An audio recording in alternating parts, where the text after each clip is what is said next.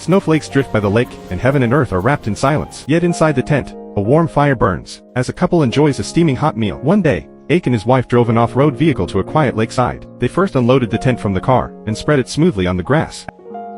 After connecting the electric air pump, the tent frame was quickly set up, and they even built a small second-floor platform.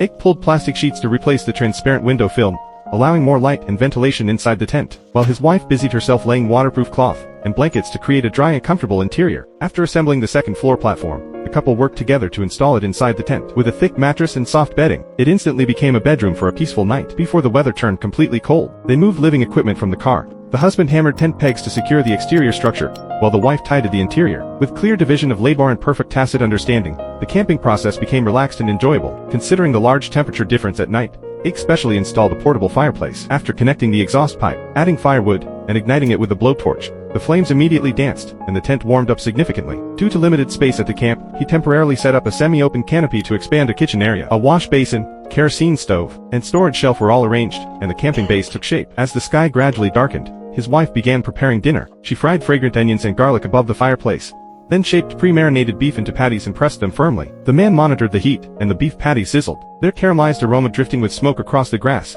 enough to whet anyone's appetite.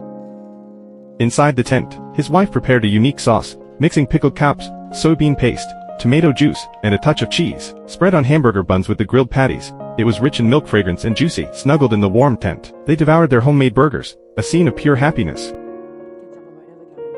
But no one expected that shortly after dinner, the sky suddenly changed. A snowstorm struck without warning, surprising the couple despite it being early spring. Ake quickly took a camera to a distant tree, and secured it to the trunk to monitor for wild animals remotely and ensure nighttime safety.